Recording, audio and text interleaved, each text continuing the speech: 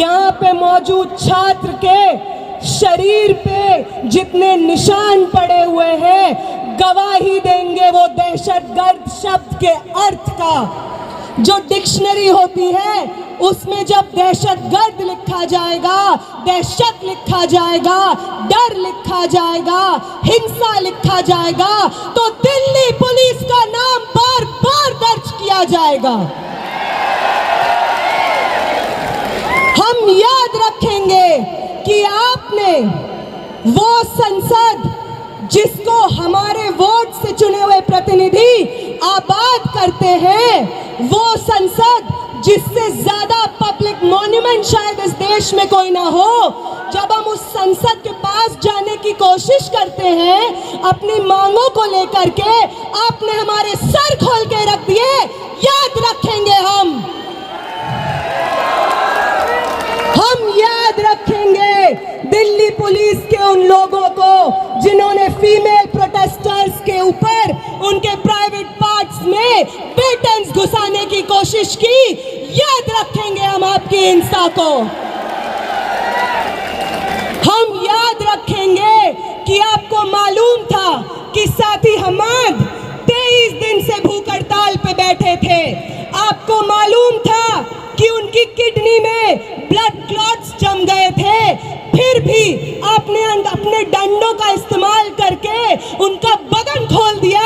याद रखेंगे हम याद रखेंगे कि 23 दिन के बाद, भूख हड़ताल के बाद, जब मैं, आमीन और मनीष इधर इस टेंट में जंतर मंतर पे बैठे हुए थे क्योंकि हमारी चलने की हालत नहीं थी, तो आपकी एक बटालियन जो दिल्ली के अलग अलग कोनों से लोगों को जंतर मंतर भेज रही थी, वो बटालियन आंसू गैस सीधे हमारी टेंट की तरफ फायर करती है, लाठियां लेकर के हमारे टेंट की तरफ चार्ज करती है।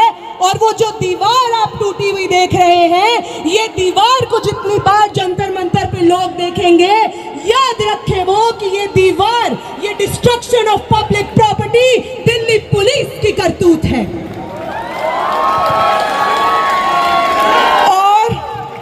और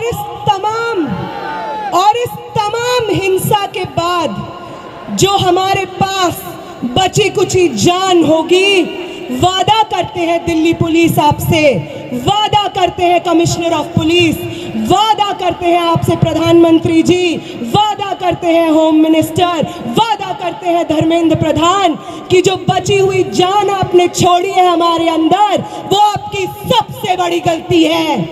आपसे बहुत गलती हो गई है कि आपने विटनेसेस को छोड़ दिया जो गवाही देंगे आने वाली जनरेशन्स को आपकी हिंसा का।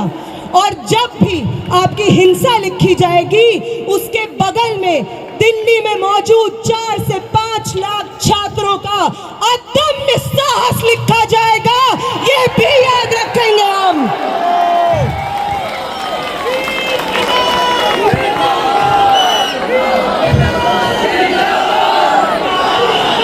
याद रखेंगे हम कि पटना से कूच करके, लखनऊ से कूच करके, महाराष्ट्र से कूच करके, कर्नाटका से कूच करके, एक दूसरे को जानते नहीं थे जो लोग, उन्होंने आपकी हिंसा से एक दूसरे को बचाया है, अपने शरीर से अपने बगल वाले इंसान को बचाया है, सिर्फ इसलिए ताकि इस देश में लोकतंत्र जिंदा रहे, आगे आने वाले पीढ़ी के लिए शिक्षा जिंदा रहे।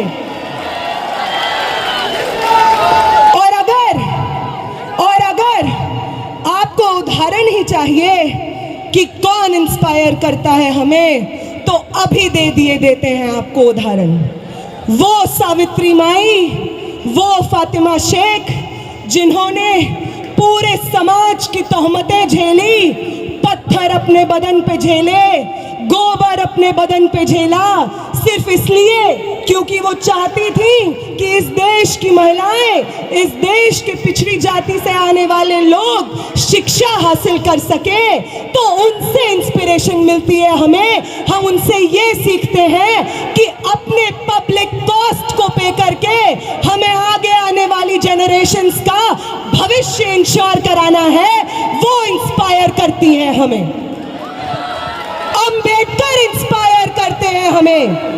वो हमें इंस्पायर करते हैं कि अपनी पूरी जिंदगी बिना रुके, बिना थके, समाज की तमाम तोहमतें, आइसोलेशन झेलते हुए किस तरीके से अपने आगे आने वाली पीढ़ी के लिए एक बेहतर समाज बनाया जाता है। अंबेडकर से प्रेरणा लेते हैं हम, भगत सिंह से प्रेरणा लेते हैं हम। वो 23 साल का स्टूडेंट, आप में से कितने लोग 23 साल के स्टूडेंट हैं? 21 साल के, 22 साल के। भगत सिंह बनते हैं 23 साल की उम्र में। उनका वो जज्बा जिसके आगे अंग्रेजी हुकूमत विवश हो जाती है, एक 23 साल के शरीर में था वो जज्बा। और 20 तारीख को इस दिल्ली की सड़कों पे न जाने आप जैसे कितने भगत सिंह थे, ये देख करके आंखें भर आती हैं इस देश की।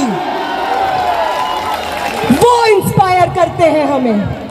ये सब लोग न कभी पुलिस दमन से डरे, न किसी की लाठी से डरे, ना स्टेट रिप्रेशन से डरे। बस अपनी पूरी जिंदगी, अपने शरीर का हर एक कतरा आगे आने वाली पीढ़ियों को न्यौछावर कर दिया। इनसे इंस्पिरेशन लेते हैं हम।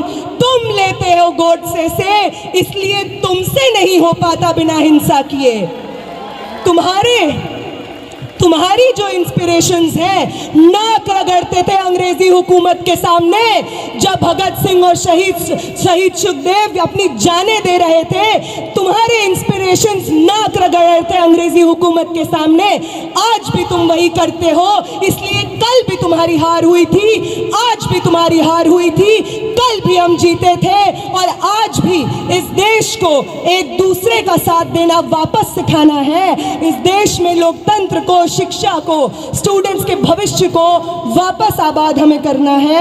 आप सबका बहुत बहुत शुक्रिया कि आप यहाँ पे मौजूद हैं, सुन रहे हैं और इतने पेशेंटली पर्सनल कॉस्ट पे यहाँ पे बैठे हुए हैं।